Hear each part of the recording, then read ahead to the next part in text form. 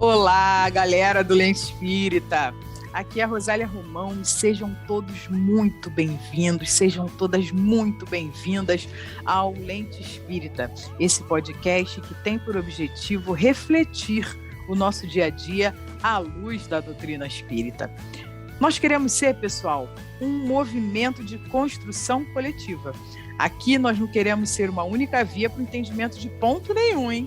Mas sim sermos uma possibilidade de ampliar diálogos de maneira fundamentada. Por isso, sua participação, seu feedback, seus comentários, seus vídeos, seus áudios são muito importantes para a gente, não é mesmo, Gabriel? É isso aí, galera, meu povo, minha amiga Rosália, um abraço no seu coração. Aqui é Gabriel Marins e faço minhas as palavras da Rosália. No episódio anterior, inclusive, ao final, por isso eu estou contando aqui de novo, talvez você não tenha ouvido o último episódio sobre o final, então, inclusive, indico que você ouça e depois conte pra gente. Eu falei que nós recebemos o nosso primeiro e-mail com sugestão de um episódio. Comemorações maravilhosas, uhul, sensacional! Não, isso é uma conquista, gente, quase 2 anos de podcast, primeiro que a gente recebe, chega a dar um frio na espinha. Eu pensei até que era uma comunicação direta. Foi da nossa amiga Renata Araújo, que inclusive já esteve aqui com a gente, que nos enviou uma proposta de um episódio sensacional, sugerindo inclusive os entrevistadores que conhecem, dominam o assunto, mas a gente não vai falar aqui para vocês, porque a gente quer criar aquele gostinho que vocês fiquem assim naquela uriçação, aquela coceira para saber do que se trata. Ou seja, ela já mandou para a gente com boa parte do trabalho feito, Rosália. Ah, isso é maravilhoso, né, Gabriel? E a gente tem recebido também muitos feedbacks do nosso último episódio, que foi o manifesto, né? Que nós fizemos aí coletivamente, com tanta gente amada, tanta gente querida. A gente está assim, muito feliz, muito emocionado pela participação de vocês. Então, se você está nesse momento nos ouvindo e bateu aquela vontade também de sugerir algum tema, de conversar alguma coisa com a gente, vem com a gente pelo Instagram, no @podcast Lente Espírita, no nosso canal do YouTube, Podcast Lente Espírita, ou nos escreva um e-mail, espiritalente@gmail.com. Sugestão de episódio, comentário, crítica, envio de abraço online, envio de uma pizza com opção vegetariana para gravarmos o episódio, vai ser maravilhoso. Nós aceitamos, né, Gabriel? Com toda certeza, com toda certeza. Imagina, gravar um episódiozinho, uma pizzazinha, together, Oh, maravilhoso. maravilha. É isso aí, galera. Então vamos para entrar, mergulharmos no nosso tema de hoje. Todos nós, desde que nos entendemos por gente, percebemos que o meio que estamos inseridos possui alguns combinados, alguns acordos entre as pessoas, algumas regras que têm por objetivo o bem comum. Isso vale desde o espaço das nossas casas, onde os combinados variam de família para família. Você pode tomar banho, mas não deixa a toalha em cima da cama. Se um cozinha, o outro tem que lavar a louça. Higienize as mãos e os itens antes de chegar da rua. Estamos em pandemia, né, galera? Respeite sinal de trânsito ao dirigir pela cidade. Você tem direito à educação pública e gratuita se você vive no Brasil. Roubar é proibido em qualquer sociedade do planeta Terra.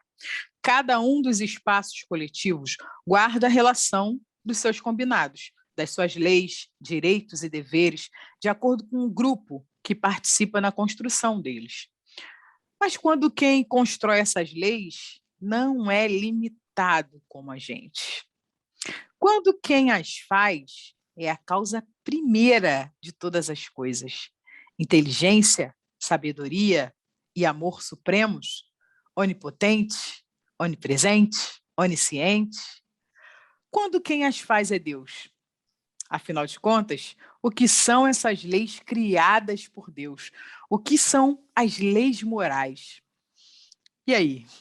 Para nos ajudar nessa missão de colocar a lente espírita nesse e em outros questionamentos, quem vem aí, Gabriel?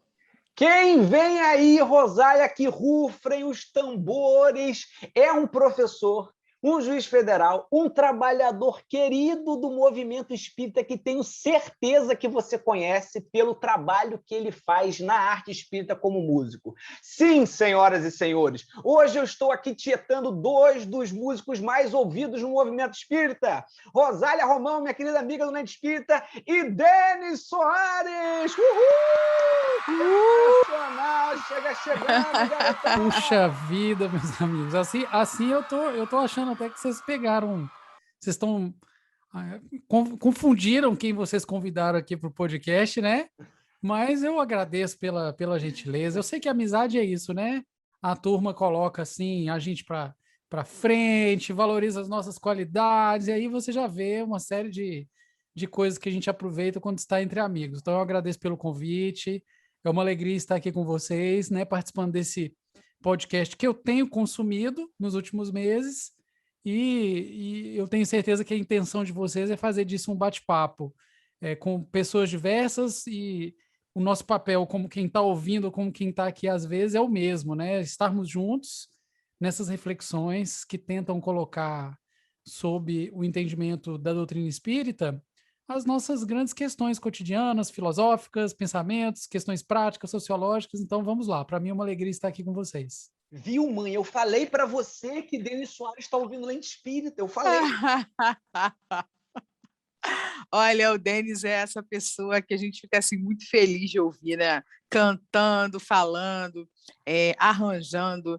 O Denis foi responsável assim, por lágrimas e momentos da minha vida assim, de muita lavação de alma mesmo, quando ele fez em parceria com a Gabi de Carli a música Apesar da Dor. Quem não conhece, ouça, que é uma das músicas mais bonitas que a gente tem assim, para conversar conosco, né? Para trazer à tona, à superfície, cada vez mais, esse ser maravilhoso que nós somos. Denis, muito obrigada. Primeiramente, você poderia contextualizar para a gente o que são leis morais, né? E qual a semelhança que nós podemos ver das nossas leis humanas com essas que são de origem divina? Muito bem, Rosália, minha amiga, Gabriel. Acho que são reflexões muito oportunas, né? E vamos tentar, à medida do possível, fazer um bate-bola aqui com a ideia das leis morais, né? Numa lógica dentro do que é os conceitos do Espiritismo, e em outras perspectivas também. Porque, no final das contas, eu acho que a gente, às vezes, acha que as coisas feitas por Deus, elas são assim... então veio lá, né? O Moisés fez a primeira impressão em 3D. Deus fez a primeira impressão em 3D para ele do mundo lá, com as leis nas tábuas, né? E aí a divindade está falando com a gente só assim. Mas, na verdade, não é isso que a gente vê.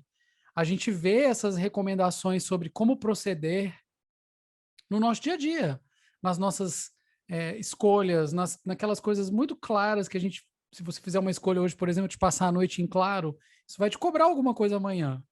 Mas para a gente não perder aqui o fio da meada, né? O Livro dos Espíritos, como eu acredito que muitos saibam, ele é dividido em 4 grandes partes. E a terceira parte do Livro dos Espíritos, que na verdade é o livro terceiro, né? Se chama justamente as leis morais. E eu acredito que para a gente falar um pouco desse primeiro ponto, né? Para a gente entender o que são as leis morais, a gente precisa conhecer um pouco dessas primeiras perguntas, que naturalmente eu não vou fazer aqui nenhum estudo disso, nenhuma leitura, mas apenas lembrar o seguinte, que a ideia de leis morais no Espiritismo, ela não é muito diferente da ideia de moralidade, sobre a qual os filósofos, os sociólogos, os eruditos aí de diversas ciências têm se debruçado ao longo do tempo, né? A questão de compreendermos os imperativos morais, aquilo que deve ser feito, aquilo que não deve ser feito, é um grande problema da humanidade há muito tempo. E quando o Livro dos Espíritos vem falar sobre essas leis morais, o que ele faz é, num primeiro momento, falar dessa lei divina ou natural, sintetizando algumas dessas reflexões, né, do bem e do mal. Por que existe o mal? Acho que a gente se faz muito essa pergunta, né? Poxa, será que Deus não poderia ter feito um caminho assim para a gente não ficar batendo a cara na parede, assim, né? Não podia ser uma coisa mais simples e a gente não correr esses riscos?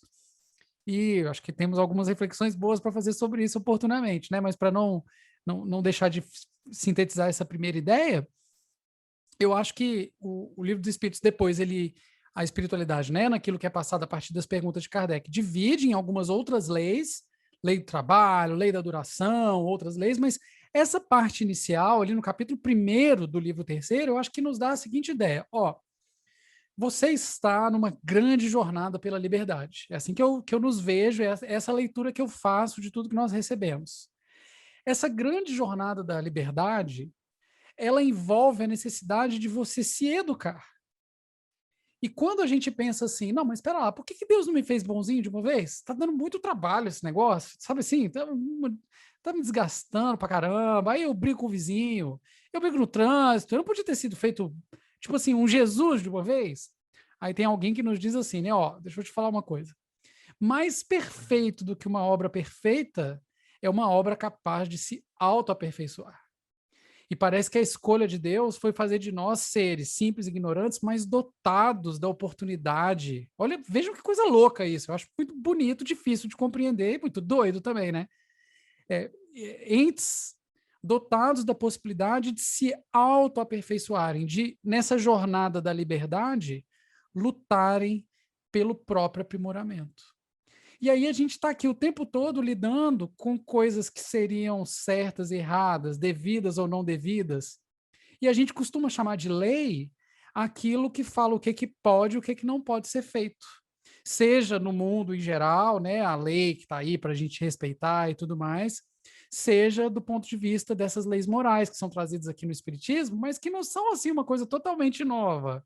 Nós temos lá as leis de Moisés, os 10 mandamentos, a lei civil também de Moisés, que está registrada também no Antigo Testamento.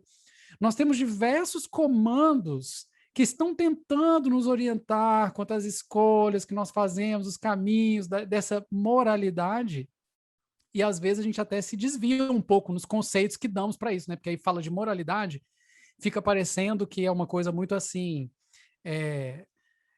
como se fosse a gente controlando uns aos outros. E eu acho que a melhor perspectiva de a gente enxergar isso é a gente pensar pelo ponto de vista de a gente estar nessa grande jornada para a gente fazer o nosso próprio controle, né?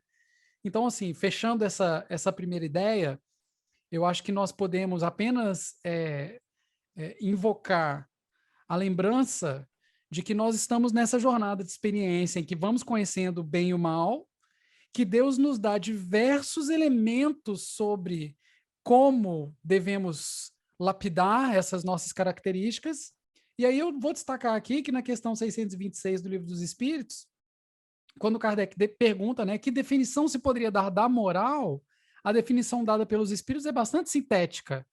A moral é a regra de bem proceder, isto é, a distinção entre o bem e o mal. E aí, sem fazermos preconceitos, porque o que eu acho que é o mal hoje, amanhã eu posso achar diferente, o que um acha amanhã é diferente, então existe uma relativização nisso, mas não é disso que a definição que está falando, a definição é bastante abstrata, né? O que a gente vai pensar é, nós precisamos caminhar em conjunto, nos ajudando a tornar melhores essas regras. Quais são as regras de bem proceder? Hoje nós temos coisas que são inaceitáveis moralmente, que há 50, 100, 150 anos eram tidas como normais e aceitáveis. A gente vai estar sempre aperfeiçoando isso aqui no nosso mundo, e isso, quem sabe, vai nos aproximar dessas leis divinas, essas leis morais numa perspectiva divina, como o Livro dos Espíritos e outros regramentos, muitas vezes religiosos, tentam trazer para nós. Mas não só religiosos, hein? Vou deixar isso aqui no ar. Beleza, beleza. E é interessante que é uma coisa que vem assim de proceder, né? Eu fico pensando nessa questão sempre como um quê de vivência. Não é uma questão teorizada simplesmente, né? Essa é uma questão que fala assim, regra do bem proceder, do bem viver. Ela não está longe assim, eu vou fazer a distinção entre o que é bem e o que é o mal e não vou viver. A moral, ela entra... E aí eu aproveito até para te fazer essa pergunta antes de fazer a outra, assim, ela tem um quê de viver? Ou seja, a moral não é simplesmente uma teorização, eu distingo o que é o bem e o mal. Nesse momento de distinção, talvez eu não estaria vivenciando a moral. A vivência da moral é quando eu procedo daquilo que eu distingui, seria isso? É uma questão bem interessante. Vamos ver se eu vou conseguir trazer uma ideia aqui para essa reflexão. No direito, existe uma dicotomia entre dois grandes sistemas. Um sistema, que é o sistema chamado em inglês, né, da common law, que é o direito da common law, é o direito dos casos precedentes, é o sistema utilizado, por exemplo, na Inglaterra, nos Estados Unidos, né? É mais ou menos assim, o direito vai sendo formado com base em casos anteriores. Você vê muito isso em filme americano, né? A pessoa, naqueles filmes assim, legalmente loira, não sei, vai resolver o grande caso porque sabe de um outro caso que foi resolvido assim. No nosso sistema, que é o chamado modelo germânico, romano, ou continental, que é o sistema alemão, o sistema de leis escritas, a gente aposta muito em leis abstratas. Então, assim, ao invés de ficar resolvendo as coisas aprendendo na prática, a gente parte de comandos, né? Então, assim, todo mundo tem que fazer tal coisa. Hoje, a gente vive no direito os dois sistemas estão se hibridizando cada vez mais, um utilizando um pouco mais do mecanismo do outro, porque a gente vai percebendo que precisa das duas coisas. Mas tem alguns estudiosos que dizem algo que eu acho muito interessante. Ele diz o seguinte: mesmo as leis escritas e gerais, elas derivam da prática. O pretor, que era um magistrado lá da antiga Roma, ele fazia muitas das leis que nós temos, que são a base do direito romano, que é a base do nosso direito civil até hoje, eles vieram da solução prática justa dos casos. Aí eu não poderia deixar de falar aqui com vocês do Thomas More, né, que é o autor lá do livro Utopia, que ele tem uma frase que eu nunca esqueci. Ele fala assim: não há advogados em utopia.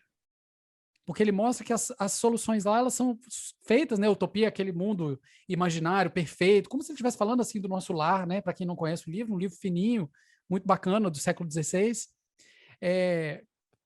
Como se ele estivesse mostrando para nós o seguinte: onde não há o conflito, onde há a boa vontade, não vai surgir essa divergência, todo mundo vai chegar a soluções consertadas. Então, a gente está passando por etapas, e aí eu vou tentar fechar o que você perguntou para dizer o seguinte: a gente está em fases que vão nos conduzir provavelmente a aprimorarmos de tal forma, um dia a gente vai ter aprimorado de tal forma, a partir das nossas vivências, que essas leis elas vão deixar de fazer sentido. Essas leis pensadas abstratamente, do tipo, você tem que fazer aquilo, você tem que fazer aquilo, você não vai precisar da lei te dizendo. Você vai ter dentro de você tão forte, tão escrita a sua responsabilidade, o seu dever de fraternidade com o próximo, que a vivência vai ser a própria lei escrita. Então, a gente hoje precisa muito de viver essa dicotomia, né? O comando que fala o que pode, o que não pode, aí a gente vai lá e transgride a lei. Aí a gente tem uma punição, então a gente fica fugindo da punição. Aí a gente aprende um pouco, aí a gente sobe uma escadinha. A gente está num degrau de infinitas escadas, não vou dizer infinitas, né? Mas muito numerosas escadas que a gente vai subindo muito aos pouquinhos. Mas será que vai ser assim para sempre? Talvez a gente um dia não vai precisar. A prática vai nos conduzindo a precisar muito pouco da lei. Eu acredito que isso seja uma tendência que nós podemos imaginar. Pode crer.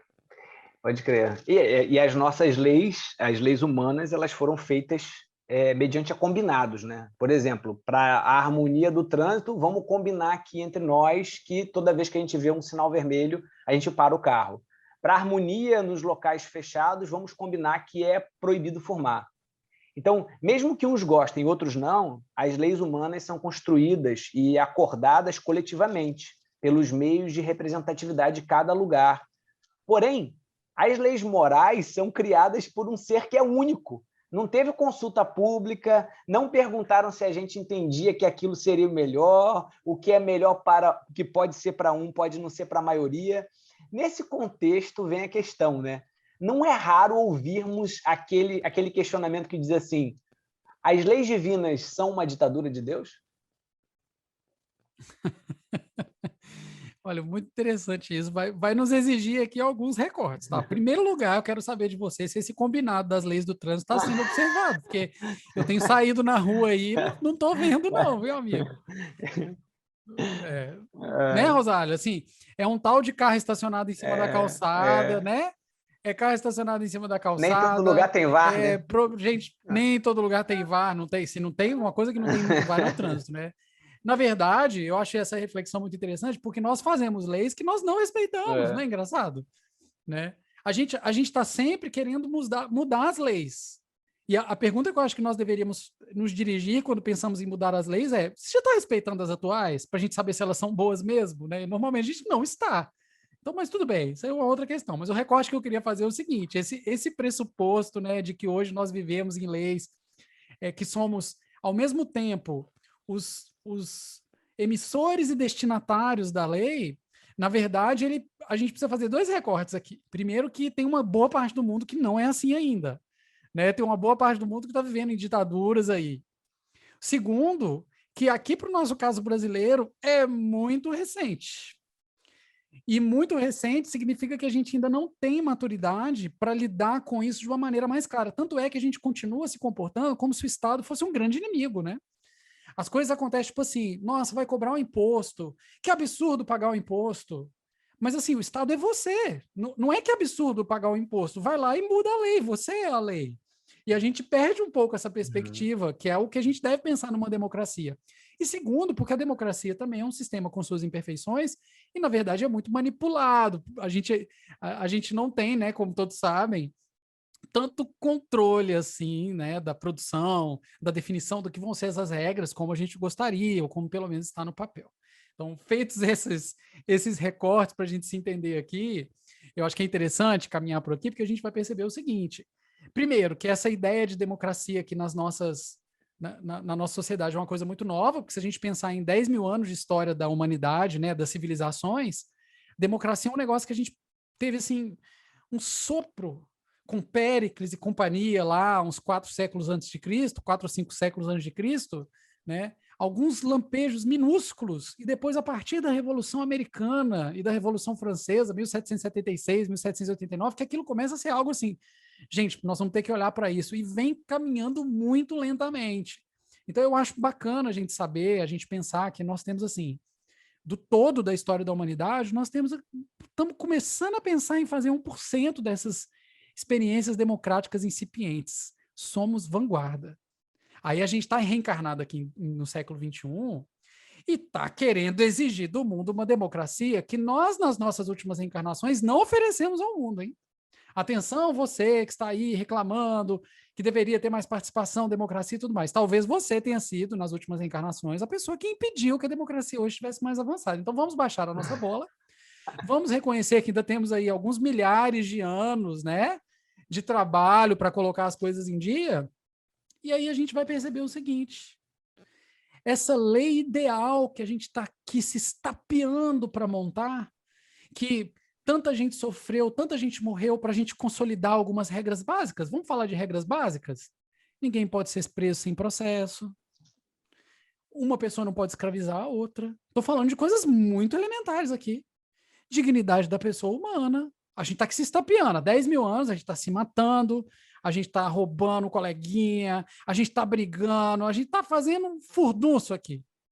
E quanto mais a gente melhora nesse furdunço, a gente se aproxima dessa lei divina.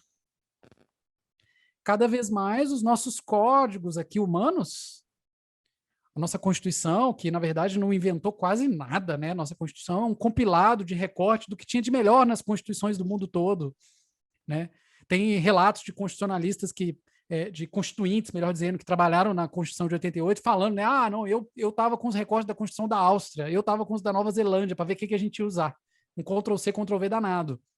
E isso não é feio, não, isso é legal, porque nós consolidamos ideias que estão sedimentadas no mundo todo. E essas ideias são incompatíveis com o evangelho? Geralmente, se você pegar as leis e for verificando o que vai... A evolução das leis humanas, você vai perceber que elas estão cada vez mais se aproximando desse código moral.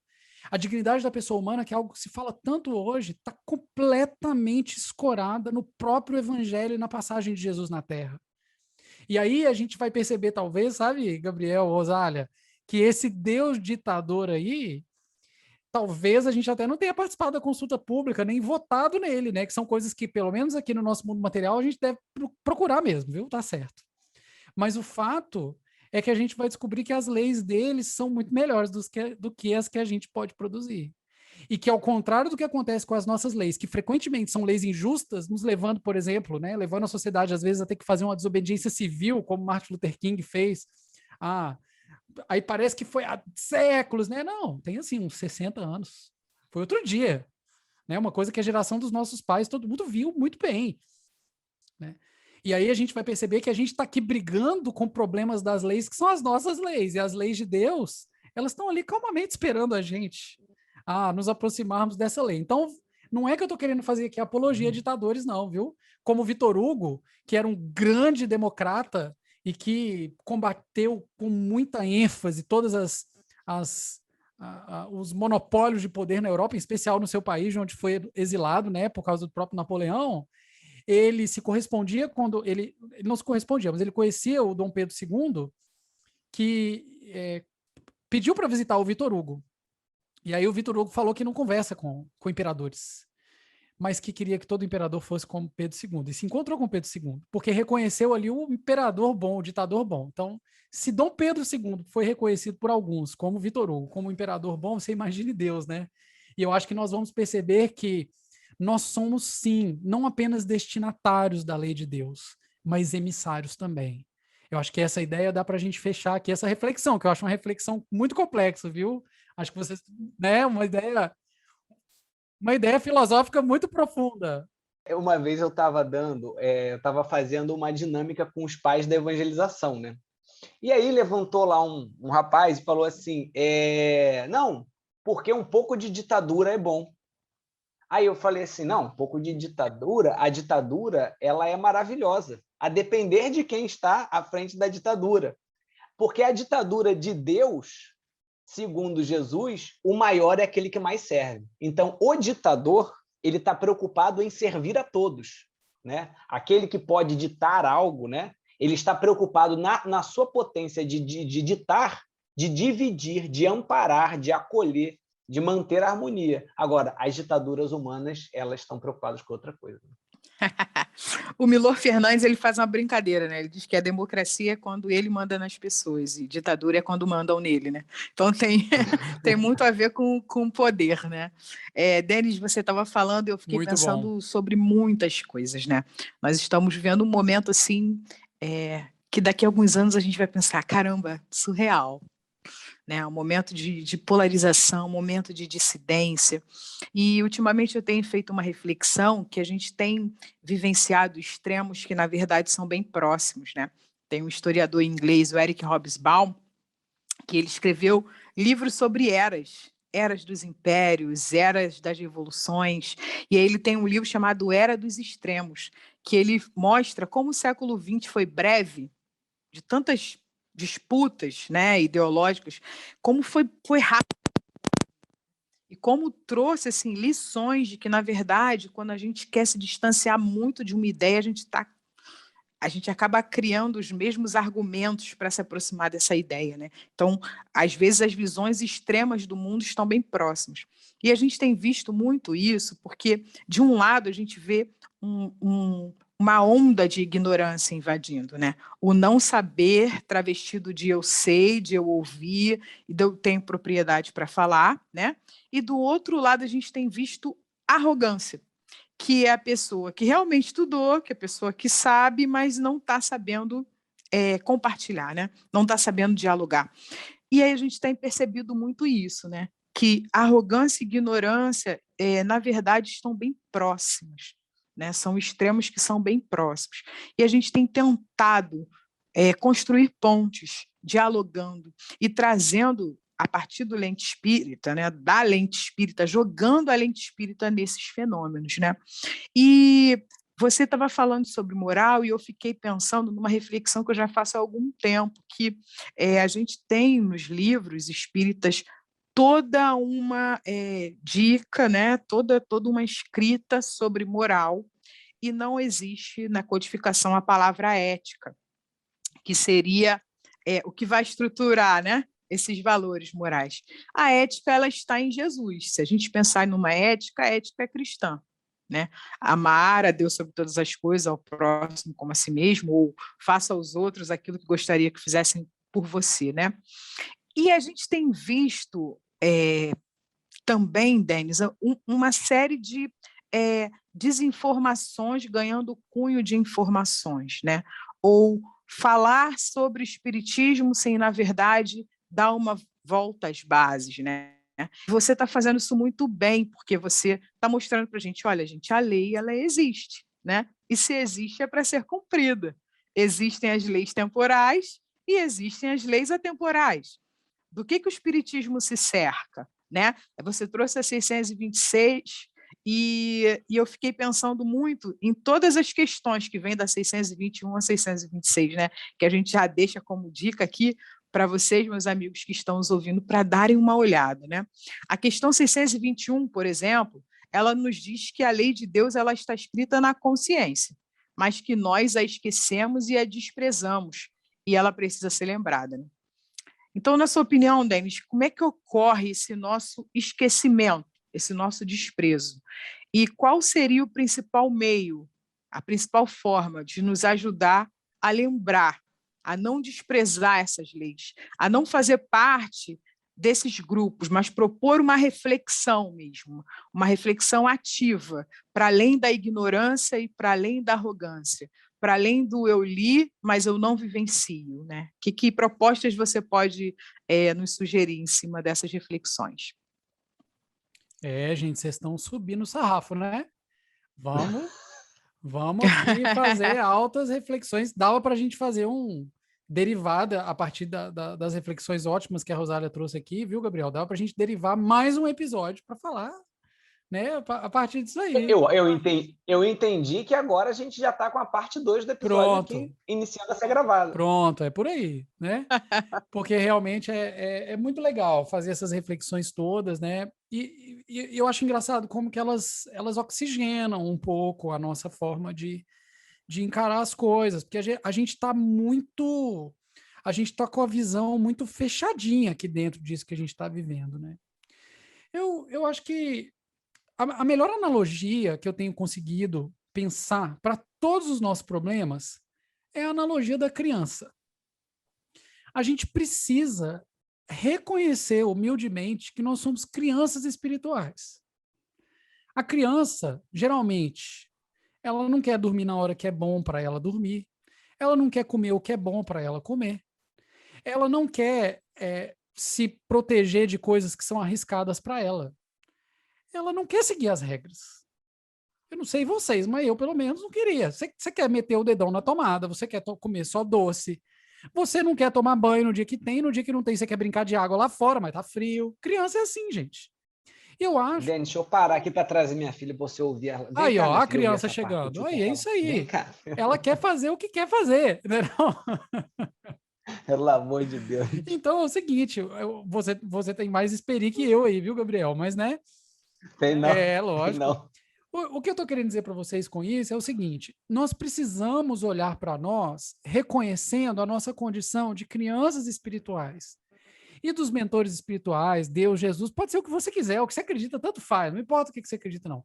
Como aquele pai que está ali tentando direcionar e ser bonzinho, mas às vezes ele tem que botar um limitezinho, entendeu? Aí, à medida que a criança vai crescendo um pouquinho, ele tem que trazer uma regra um pouquinho mais forte, ele tem que ser um pouquinho mais incisivo, ele tem que dizer que sim, sim, não, não. Eu acho que o processo que a gente está passando é um pouco esse. O problema é que a criança, ela acha que ela é adulta, e a gente também. A gente também não tem a humildade para saber que as coisas que a gente acredita, elas são fruto, assim. Tipo, os mentores espirituais, eles devem ficar olhando. Tipo, eu gosto de fazer aqui, nesse ponto também, a analogia do BBB, né? Sei que o pessoal andou vendo muito BBB aí, e aí parece que até minha mulher falou isso comigo, né? Nossa, parece que quando o pessoal sai do BBB, aí todo mundo aqui fora estava vendo as coisas e ela estava dentro da casa e não estava conseguindo entender o que era. Quando a pessoa sai da casa, aí todo mundo, você não viu que estava fazendo isso? Gente, você está no BBB Terra. Pensa assim, quando você sair daqui, os mentores, e quem sabe os obsessores também, viu, Gabriel? Não só os mentores, né? Aqueles que estão participando dessa live. Eles que estão assistindo aqui, esses também. Eles estão assistindo, eles vão falar, por que você fez tal coisa de tal jeito?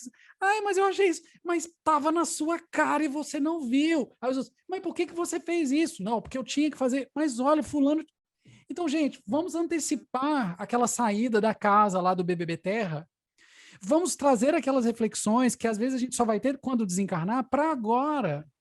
E para isso, para a gente não se enganar, porque foi isso que a Rosália perguntou, né? Pode parecer que eu estou me desviando aqui, e provavelmente eu estou mesmo, mas eu não é meu objetivo.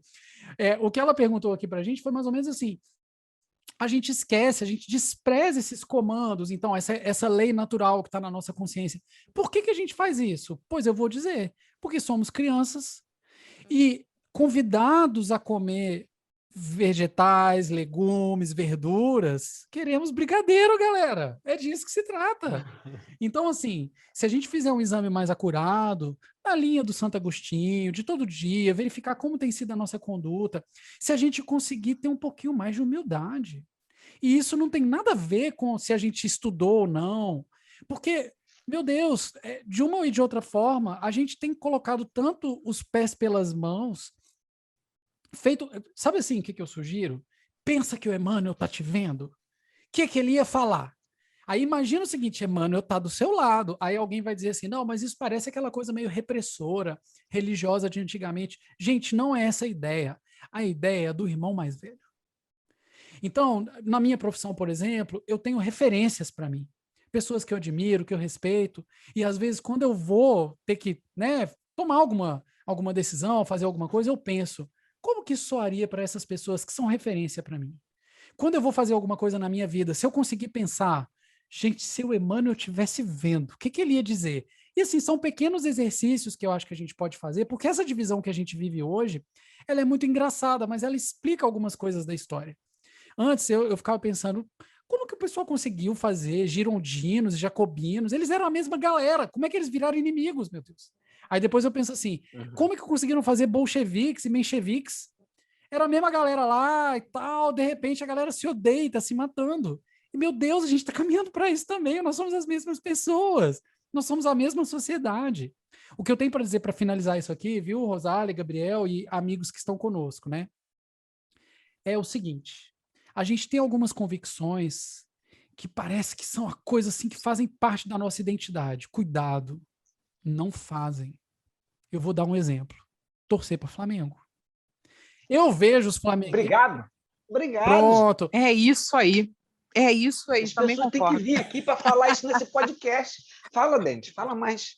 Eu não sei se vocês, eu não sei se vocês entenderam totalmente, porque o que eu quero dizer é o seguinte: a pessoa acha que torcer, a Concordo. pessoa acha que torcer para Flamengo faz parte da essência dela, assim. Aí, gente, aí, tipo assim, a vida briga com todo mundo, briga e tal, e a vida é aquilo ali. Aí deixa eu contar para você, vai desencarnar e vai reencarnar botafoguense. Não acontece, não. Viu, Gabriel? Não acontece, Tá não. vendo, Gabriel? Olha, o botafoguense, Acontece. ele tem uma tendência a reencarnar botafoguense assim, ó, até... É porque o Botafogo é o exemplo de que a dor é Pois necessária. Ai, meu Deus. Purifica a alma, né? Esse sofrimento depura. Beijo, meus amigos vascaíno, cruzeirense aí, todo mundo. Então, eu estou fazendo essa brincadeira e aqui já deu para concluir, né? Mas para dizer só o seguinte: a gente às vezes acha que tem algumas coisas que fazem parte da nossa essência, mas assim, vamos baixar a bola. Vamos lembrar que somos criancinhas espirituais de 2 anos. Vamos lembrar que Papai Emmanuel está olhando, Papai Jesus está olhando. Tipo assim, é por aqui, gente. Não come brigadeiro só, não. Vem provar essa verdurinha. E vamos, assim, ter um pouco mais de humildade para lidar com isso tudo. Eu fico impressionado, assim, o tanto que certas convicções se transformaram em coisas muito certeiras. E eu gostaria de lembrar a todos que somos um planeta de expiações e provas. É isso aí. Me dorme com esse barulho aí, né, gente? Pausa dramática, aquela respirada. Ele parou de falar. Pausa dramática. Pausa dramática. E você falando, eu lembrei de uma amiga minha, geóloga, querida, foi aposentar. E ela chegou e falou assim: eu não sei se eu consigo aposentar, porque eu sempre fui conhecida como geóloga. E eu não sei o que vai ser de mim nesse depois, se eu vou me encontrar com alguma identidade e tal. E isso falou muito alto para mim, fala até alto hoje em dia no meu trabalho, de falar assim, cara, será que o que eu estou fazendo, eu estou achando que a minha vida é isso, e eu me confundindo minha vida com essa palavra, comumente eu tô. Então eu tô escorregando assim direitinho nessa parada ali. Quando eu for me aposentar, mesmo essa minha amiga tendo mandado tudo para mim, eu vou confundir ainda o Gabriel como Gabriel Geólogo. Dor, mas essa dica do Denis aí eu vou pensar essas noites aí, Santo Agostinho e Denis Soares, que aí a gente vai lembrando esse negócio, né, Rosália? Lembrando que é próxima Vixe, só encarnação Santo vem Agostinho, como amigo. tricolor e Rosália vem como botafoguense para a gente poder fazer um jogo aí. Ô, Denis, você é cruzeirense ou você é atleticano? Só para uma pergunta básica aqui, para ver se você está comigo ou não está.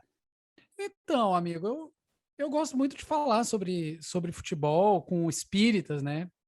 Porque, como o espírita sabe que a evolução é a tendência, eu gosto de contar que ele, na próxima reencarnação, talvez não vai torcer para o mesmo time e que, se ele seguir evoluindo, o futuro de todos é nos tornarmos atleticanos. Olha aí, olha aí, tá vendo? Eu não vou nem comentar, gente. Vocês tomem as avaliações de vocês aí. Então tá, nesse momento meu cunhado ele se debruça na cama e chora, cruzeirense, junto com a gente aí. Então, Denis, sai do futebol, na sua opinião, qual é a missão daqueles que dedicam as suas vidas na criação, no estudo, na supervisão das leis humanas, na construção do bem-estar comum, a semelhança do que é a lei moral? E o que as pessoas não deveriam perder de vista para evitar não reproduzir através das leis a iniquidade? Eu acho interessante quando a gente pega aqueles livros do Emmanuel, né? O Emmanuel, aqueles livros de mensagens. Tem uma quantidade enorme de mensagens dele que ele utiliza analogias com coisas da natureza. O diamante que se lapida, a árvore que se converte em imóvel que vai servir. Ele faz várias analogias assim. E eu acho que às vezes a gente está com esse malveso, né, de querer encontrar esses missionários em coisas cientistas, estudos, e isso acontece. E aí eu acho o seguinte, essa galera está presente em todos os lugares, como legisladores ou não. Por exemplo, eu tenho uma grande admiração por aqueles que são chamados de pais fundadores lá dos Estados Unidos, né? Porque eu acho que aquele movimento da Revolução Americana, do ponto de vista do direito formal de hoje, né, o Brasil mesmo imita muita coisa das tendências americanas. Eu acredito que aquilo é um grande farol para a humanidade, um farol da democracia que ainda vai demorar, sei lá, 1.000 ou 2.000 anos para a gente entender o alcance daquilo, né? Implementar não só aqui, mas lá também. E são grandes revoluções que também não vieram do zero, estão escoradas em experiências anteriores, contexto e tudo mais. Acredito que ali nós temos uma galera que são missionários. Agora, o que é um missionário, né? A gente às vezes acha que o missionário é aquele sujeito completamente puro que vem aqui para entregar as nuvens e a chave do céu. E eu acho que o missionário não é esse cara. O missionário é um sujeito que já tem certas conquistas, mas tem ainda as necessidades dele, e ele, a partir de dificuldades práticas que vão ser colocadas para a vida dele, ele vai trazer soluções criativas, inovadoras e, sobretudo, compatíveis com a lei divina. Então, esse cara, né, que você falou, que nos ajuda a não perder de vista, que são pessoas que reproduzem ideias que são compatíveis com as leis divinas, etc., eles existem. E eles não vão vir com um carimbo na cara, na testa, assim. Então, eu acho isso uma coisa muito interessante, porque quando a gente morrer, a gente vai descobrir que tem gente que a gente odeia, que era esse missionário. Já pensou, está preparado para isso? Vocês estão preparados para isso? Acho que a gente precisa, pelo menos, ter essa reserva, para a gente ter um pouquinho mais de carinho antes de odiar a galera. E a gente vai descobrir que esses grandes missionários, eles estão nos esportes. Eles estão em atividades imprevisíveis. Eles podem ser ambientalistas ou eles podem ser pessoas que estão lutando, sei lá, pela reciclagem. Talvez a gente não vai identificar. A gente está esperando os missionários chegarem, né? Dentro daquelas figuras religiosas e tal. Cuidado. Talvez por ali estão vindo, assim, a antítese. E a gente tem que abrir a nossa mente para isso, porque os mecanismos de Deus, eles não são feitos com carimbos divinos. A gente precisa concordar que se Deus quisesse, ele mandaria isso. Se Deus quisesse, ele colocaria essa marca. Mas não tem, galera. Isso aí faz parte do nosso desafio, do nosso BBB terra aqui. A gente tem que saber identificar. É quando a gente identifica isso, quando a gente consegue identificar o conteúdo que está alinhado com aquelas prescrições morais que são o futuro, o progresso, a concórdia, o amor, a compreensão, a fraternidade, a gente está fazendo um pouco desse trabalho. eu olho para alguns esportistas assim, e eu vejo eles fazendo esse papel de legisladores. Eu vejo eles fazendo aquele papel de movimentar o aperfeiçoamento das leis. E aí, eu já citei aqui hoje, vou ter que falar de novo, né, de Martin Luther King, que era um pastor. Ele era um pastor, mas ele foi extremamente relevante para alterações legais, né? Não são necessariamente as pessoas que estavam lá por trás da criação, da supervisão das leis. O que não significa que quem esteja estudando aquilo do ponto de vista da ciência também não vai chegar à mesma resposta. Eu acho que existe um casamento aí. É o que acontece hoje, por exemplo, no direito. Essa ideia de leis, né, de limites para as leis e de princípios que informam, né, princípios que devem ser observados, independentemente daquele texto escritinho lá da lei, tem coisa que não dá. E as constituições, elas dão suporte a isso, é o que se chama de neoconstitucionalismo, os movimentos constitucionais atuais. O legislador, ele pode fazer uma lei ruim hoje, mas a gente vai, de repente, verificar que ela é incompatível com a Constituição. Por quê? Porque essa Constituição está lastreada, baseada em princípios que são completamente compatíveis com as leis divinas. É muito interessante o que o Denis está trazendo, porque a gente fica pensando, né? Por exemplo, nós hoje estamos falando no podcast o quanto nós somos amantes do futebol, né?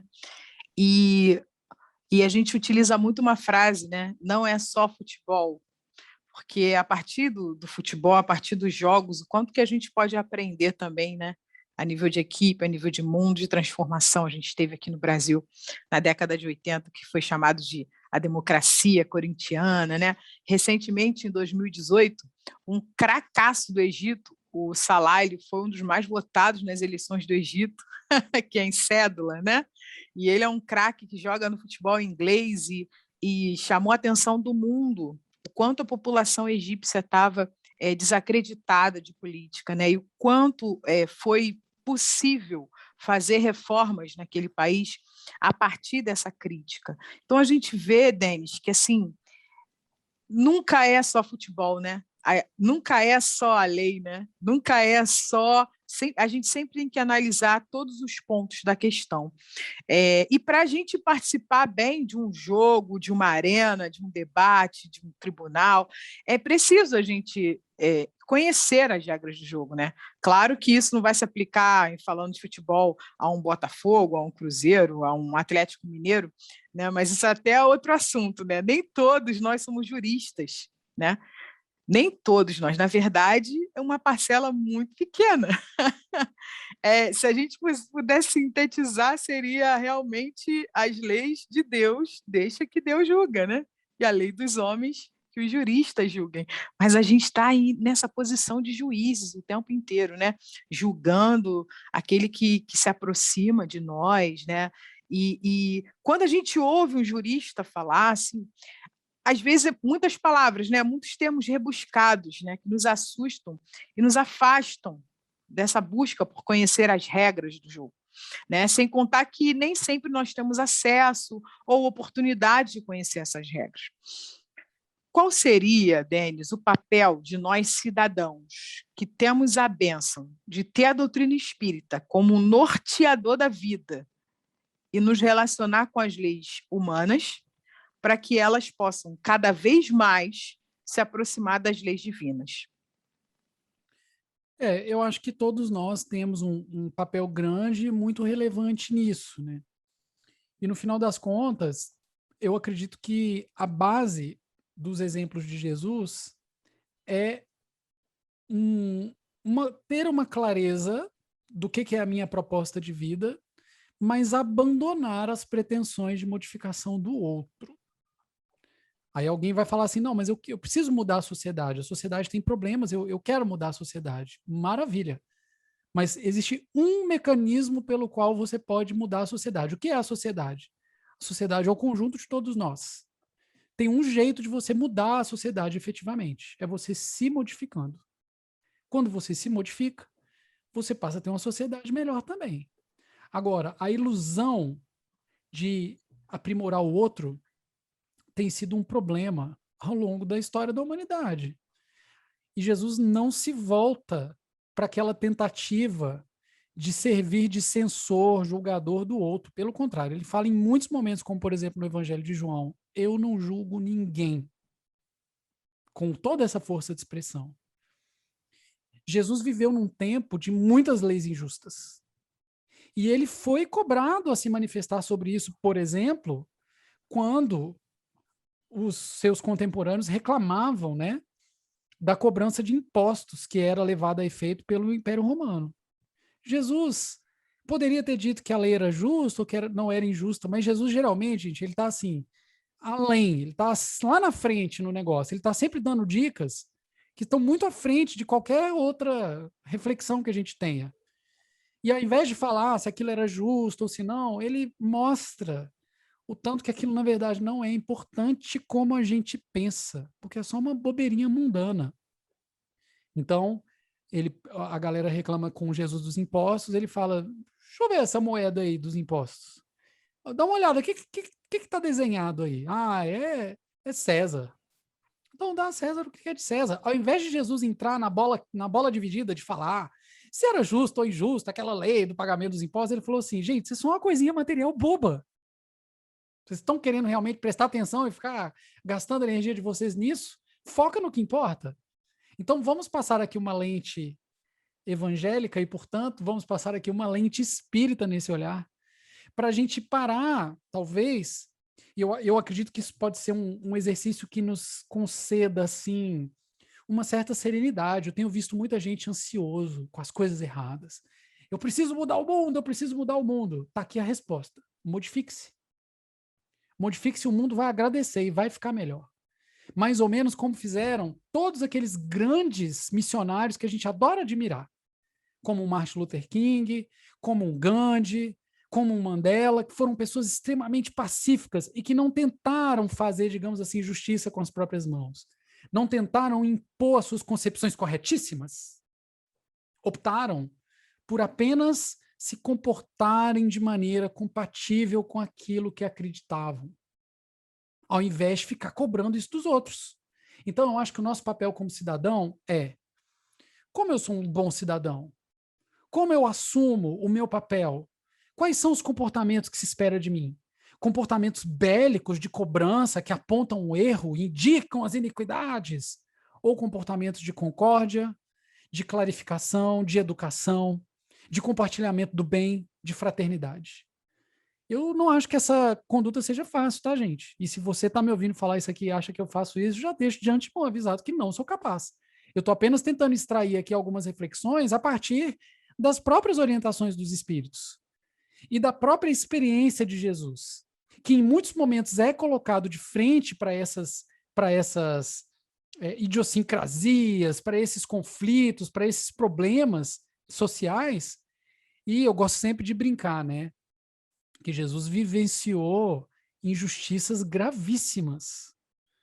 E ele não foi atrás de lutar e fazer uma manifestação, galera. Ele não fez isso.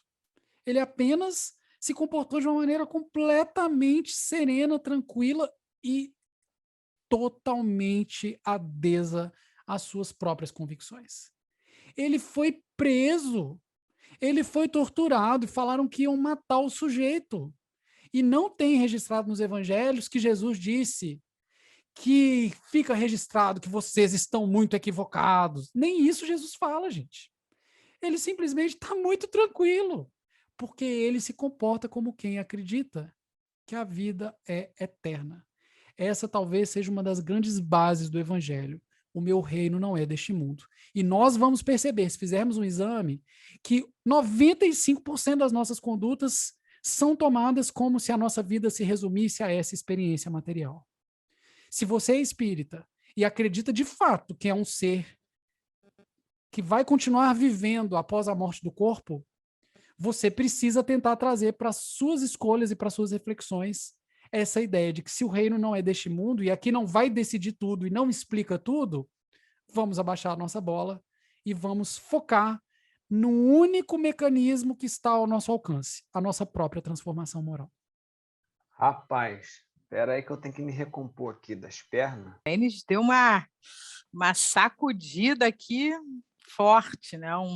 Uma reflexão muito forte. O Denis, a fala do Denis, me lembrou uma juíza de Curitiba que aposentou essa semana passada, aos 84 anos, uma juíza espírita.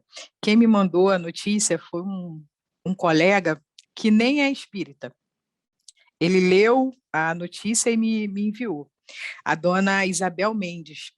Ela é conhecida em Curitiba como a mãe dos presos. Ela já tinha um trabalho de meio século, né, de décadas e décadas, junto aos presidiários, né? E nos últimos 4 anos, ela ficou em muito destaque em Curitiba, porque ela foi chamada, a organização dela foi chamada para socorrer uma pessoa, um presidiário que estava ligado à Lava Jato e que estava quase cometeu um suicídio, tentou o suicídio. E ela foi conversar com esse presidiário, e ela atendia desde aquele que roubou 1 litro de leite para alimentar a família, aos mais poderosos políticos, né, do Brasil até então, presos na Operação Lava Jato, empreiteiros, empresários. O que ela mostrou durante esse processo, os últimos 4 anos, né? E a reportagem ela falava: se tivesse um prêmio Nobel da Paz no Brasil, com certeza ela seria a principal candidata, porque ali naquele ambiente onde a dissidência se revela, onde as distâncias sociais se revelam, ela estava ali para ouvir a todos, para ser o contraponto de todos, para ser a escuta afetiva, né? E o incentivo à transformação daqueles seres, a partir do processo de ressocialização, que é uma prisão, né? Então, o que ela pôde perceber ali materialmente? Todos estavam iguais na privação da sua liberdade. Espiritualmente, todos são filhos de Deus. Todos merecem a oportunidade de recomeçar, né? E aí ela, ao se aposentar, o jornalista perguntou para ela, o que você vai fazer a partir de agora? A senhora vai descansar? Ela, não, eu tenho um monte de livros para escrever ainda, um monte de livros, tem um monte de trabalhos espíritas que eu não me dedicava tanto, agora eu quero me dedicar. E aí eu fiquei pensando, nossa, né? São esses rostos, são essas vozes que o Denis trouxe para a gente, né? Que estão além do que a gente procura, né? Das lideranças religiosas que vão modificar, são pessoas no cotidiano, jogando a sua lente espírita, jogando a sua lente cristã no mundo, vivendo mesmo aquilo que acreditam no cotidiano, né? São rostos que a gente consegue enxergar e pensar, olha, esse daí tem certeza que a lei de Deus está escrita na sua consciência e está vivenciando isso, né? Então, Denis, muito obrigada, assim, muito obrigada mesmo pela sua fala, foi uma fala muito alegre, muito leve, né? Muito sensível e muito direta. Você foi direto aos pontos, assim, que a gente não vai poder sair dessa conversa dizendo que a gente não sabe, né? Como conduzir, o que pode ser feito. Você estava falando de Emmanuel, eu fiquei pensando do Emmanuel e os 5 minutos, né? Que se a gente tem 5 minutos de uma conversa sadia, a gente não pode mais dizer que não sabe o que deve ser feito, né? A gente está aqui, pessoal, para lutar sim por igualdade, mas a gente tem a lei de igualdade, os espíritos eles são bem lúcidos quando eles falam que a igualdade é o que a gente merece. E a equidade é o que muitos seres da Terra precisam. Olha só que interessante, né? A gente precisa, é uma conquista, a gente precisa conquistar. Então, façamos bons usos da lei, né? Vamos ficar com os exemplos daqueles que não cumprem, daqueles que ficam com o carro na calçada, né? Vamos ser nós os exemplos mesmo da lei, né? De todas as leis, das leis humanas e das leis divinas, né? Deixa eu fazer uma pergunta, que eu acho que eu não vou conseguir sair daqui se a gente fazer essa pergunta. Pode mais uma, Denis, ou a gente está correndo? Que Minha isso, mulher vai amigo, você matar. comanda aí, claro. Nossa senhora, já vou. Não, porque olha só, para mim, para a gente é muito interessante. Eu sei que a gente tem ouvintes que nesse momento devem estar se coçando dentro de um mesmo campo. Eu já conversei com você, tive a possibilidade de falar com você sobre esse conflito que muitas das vezes vem em mim, sobre essa linha entre a transformação moral, que eu tenho uma sede e eu sou completamente sensibilizado, mas com as crises que o mundo também me traz. E eu falo assim, meu Deus, eu preciso fazer alguma coisa. Esse cara também está em mim. do eu preciso fazer alguma coisa. Então, eu preciso participar da construção disso de alguma maneira, de participar sobre, conversar sobre leis que busquem mais a equidade, como disse Rosália, sobre passar sei lá, melhorar o encanamento da rua ou alguma coisa nesse sentido. E eu entendo também, de certa forma, como que eu viver aquilo que eu acredito transforma isso também, em algum momento, em prática. Mas, na sua opinião, assim, onde que esse gatilho, onde que esse estalo dá, no caso, por exemplo, do Martin Luther King, né? Ele vivia aquilo e ele, ao mesmo tempo, ele luta para a construção de uma coisa diferente. Aonde que está o papel, na sua opinião, de nós cristãos nesse momento, né? Da gente saber que pode contribuir para a construção de uma coisa melhor, ao mesmo tempo para essa nossa transformação moral, e onde essas coisas se encontram? Aí também é a parte 3 do podcast. Olha, coisa complexa, né? Que naturalmente eu não tenho uma resposta para te dar, mas vamos jogar aqui um pouco de conversa fora, né? Para falar sobre isso. Que eu concordo, eu acho que é uma inquietação de muitos. Muitas pessoas têm essa inquietação, como nós, e eu acho que a gente se debate muito nisso, né? Mas até amarrando com as questões que a Rosália trouxe também, eu acho que o que nós precisamos é sair da ilusão das externalidades. Não é que nós não possamos abraçar as oportunidades de trabalho que estão no mundo. Não se trata disso. Não é do tipo assim, não, então tá tudo governado aí pela lei de Deus, eu estou aqui na minha, focando a minha melhora, vou ficar aqui dentro da minha casa focando a minha melhora. Não, definitivamente não é isso. E é muito bom fazer esse discrimen para que ninguém, quer dizer, essa distinção, né, vai ficar melhor falando assim, para que ninguém pense que se trate disso. A questão é que, às vezes, a nossa ansiedade, o nosso senso de urgência faz com que essas nossas condutas elas se voltem muito mais para coisas externas do que para dentro de nós. Mas calma, não é coisas externas do tipo boas coisas que você possa fazer que vão ajudar o mundo, não. É que a gente, no final das contas, prefere gastar muito tempo colocando o dedo na cara dos outros do que fazendo as edificações que precisam ser feitas. Então, acho que é disso que se trata, assim. Porque Jesus realiza muito. Jesus cura muito. Jesus está com as pessoas, ele bate muito papo, ele vai na casa da galera, ele está no mundo, ele dá orientação para o pessoal. E ele não tem horário para fazer, nem lugar marcado. Ele vai igual um furacão, e ele vai fazendo. Mas ele não gasta tempo criticando as coisas que estão erradas. Não tem isso no evangelho. Que inclusive aí naquele momento que Jesus falou do pão da vida, ele até falou que isso que os romanos vêm fazendo há séculos está errado, mas nós vamos mudar isso aqui. Gente, Jesus não faz isso. Eu acho que isso é um indício importante para nós.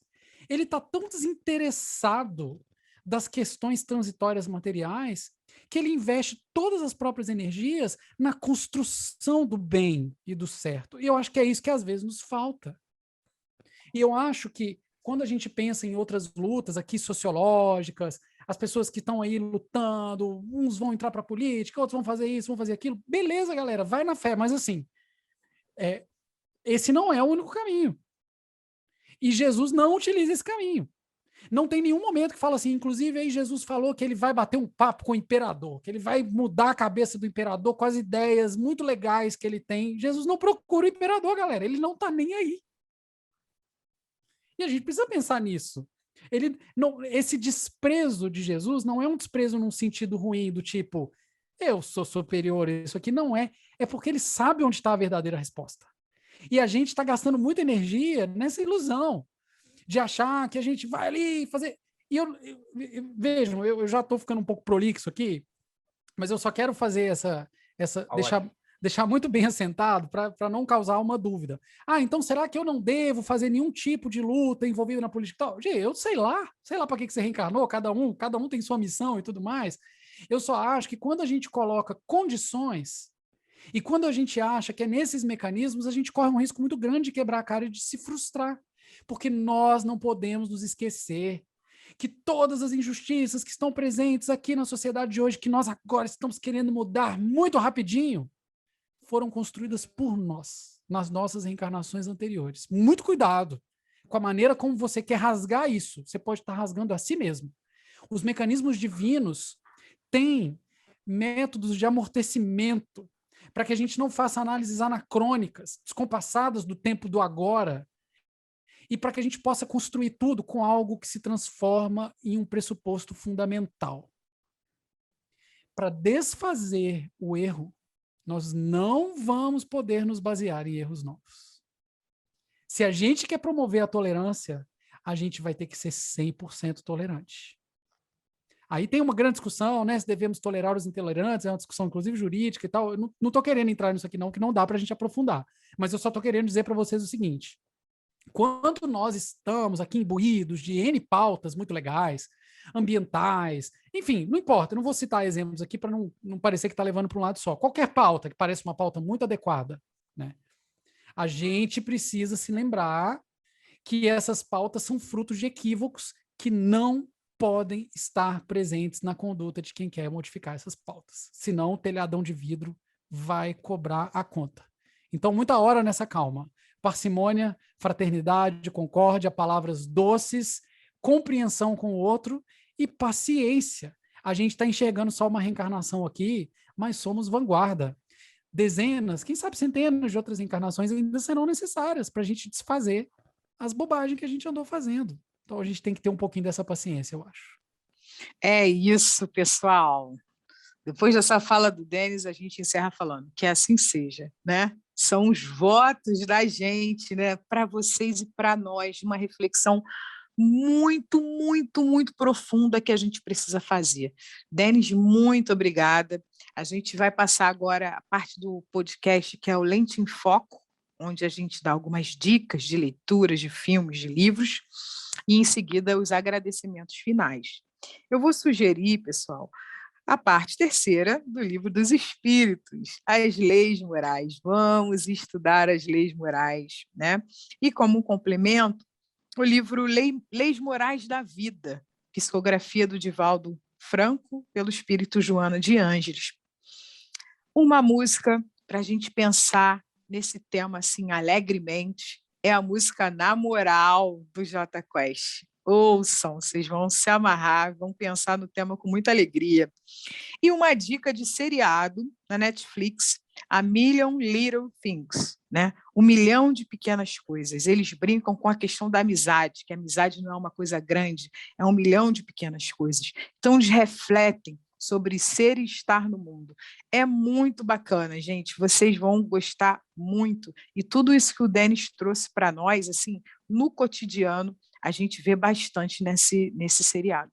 Denis, obrigado por ser esse instrumento, né, de Deus na Terra, instrumento do movimento espírita na Terra, trabalhando cada vez mais para que a gente entenda, independente da idade corporal que nós estamos agora, que a gente entenda realmente o nosso compromisso e a nossa bandeira, pessoal. Se nós somos espíritas, estamos jogando uma lente espírita no mundo, a gente precisa hastear a bandeira do espiritismo, defender essa proposta como a nossa vida. A proposta da existência de Deus, da imortalidade da alma, da comunicabilidade com os espíritos, da certeza de que a gente habita muitos mundos e vai existir muitas e muitas vezes, né? É importante a gente trazer essa bandeira mesmo do espiritismo no nosso cotidiano, de uma forma cada vez mais afetuosa e verdadeira. Denis, suas palavras. Muito bem, muito bem. Eu agradeço desde já a vocês. E, bom, vou deixar aqui como sugestão, então, a música Livre Imortal, porque fala muito dessa ideia, né? Da gente tentar não enxergar essa vida de agora como se fosse a única página de um livro, que é um livro bem grandão. Acho que pode nos ajudar. Mas vou fazer uma outra sugestão inusitada, que eu não sei se o Gabriel vai trazer uma sugestão também, vamos ver se vai combinar. Mas a sugestão inusitada que eu vou deixar é o artigo 5º da Constituição, que não é uma leitura assim tão simples para quem não está acostumado, mas o desafio é olhar o artigo 5º da Constituição e verificar se tem muita coisa ali que já não é compatível com o Evangelho e pensar quais são as coisas ali que a gente ainda vai precisar dar uma aperfeiçoada, para a gente perceber que dentro ou fora da religião a gente está falando mais ou menos das mesmas coisas. E os valores que nos conduzem ao caminho do sucesso em qualquer área são mais ou menos os mesmos. Dedicação, compreensão, respeito ao próximo.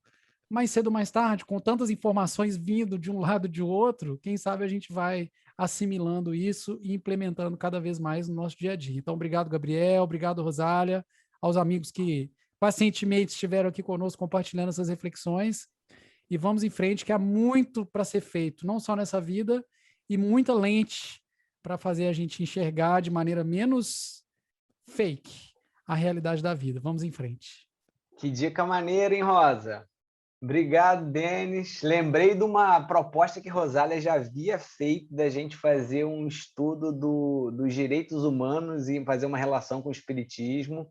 Eu acho que isso daí pode ser, inclusive, aí, ó, vou deixar para uma volta aí, quem sabe, relação do artigo 5º da Constituição com o que a gente pode ver nos avanços das leis. Olha que parada maneira. Ou então, eu posso deixar isso para vocês como uma dica e um pedido para um programa novo que começou há pouco tempo, que o nosso amigo Denis Soares está participando, junto com a Carol e com o nosso amigo Júlio, que é o Depois do Centro. O Depois do Centro está começando a ser gravado como live, mas também vai entrar no mundo dos podcasts. Basta você entrar lá no Coaching Espírita e você vai ver lá, tem uma playlist que é o Depois do Centro, já tem uma gravação que é o Palestrinha. O Palestrinha que é, né? Vai lá para saber o que é o Palestrinha. Fica essa dica aí, muito maneira, o Depois do Centro. Inclusive, o estímulo para que o Depois do Centro fale assim, e aí, galera, tem a ver essa Constituição aqui? O que essa Constituição tem a ver com o Espiritismo aqui e tal? Uma outra dica que eu queria deixar, e eu preciso indicar para vocês, meus amigos, porque eu volto a essa entrevista, essa conversa várias vezes, porque são duas pessoas que tocam o meu coração profundamente. Uma é o Rubem Alves e outra é o Darcy Ribeiro. Um é um pedagogo e o outro é um antropólogo. Em 1995, em agosto, no dia 29, eles fizeram um bate-papo. E esse bate-papo está no YouTube. Coloque lá, Darcy Ribeiro e Rubem Alves, e vocês vão ver o bate-papo entre esses dois. Duas pessoas que transformaram o mundo sobre aquilo que inspirava, sobre as suas vivências, sobre as suas experiências, cada um num caminho. Inclusive, às vezes ali, o Darcy Ribeiro fica louco com o Rubem Alves, porque que o Rubem Alves não vai pelo caminho que o Darcy Ribeiro está mostrando. Mas é lindo, porque os dois foram peças fantásticas e marcantes na nossa história. E para fechar, galera, muito inspirado por essa fala que o Denis trouxe para a gente, eu tenho uma anotação de um livro chamado Livro da Esperança, capítulo 27 do Emmanuel, que eu deixo anotado no meu computador, porque é uma das maiores frases de conflito, mas ao mesmo tempo admiração que eu tenho, e que eu vejo, e que eu acho muito difícil fazer, e que eu acho fantástica. Diz assim: pensa no bem e faz o bem. Contudo, é preciso recordar que o bem exigido pela força da violência gera males inúmeros em torno e desaparece da área luminosa do bem para converter-se no mal maior. Então, que essa fala do Emmanuel inspire aí a nossa participação na nossa própria transformação, na transformação do mundo. Beijo no coração de vocês. Muito obrigado, Denis. Muito obrigado, Rosa. Estamos juntos, galera. Deus os abençoe. Fiquem bem, com saúde. Cuidem-se. Grande abraço e até o próximo Lente Espírita. Até, pessoal.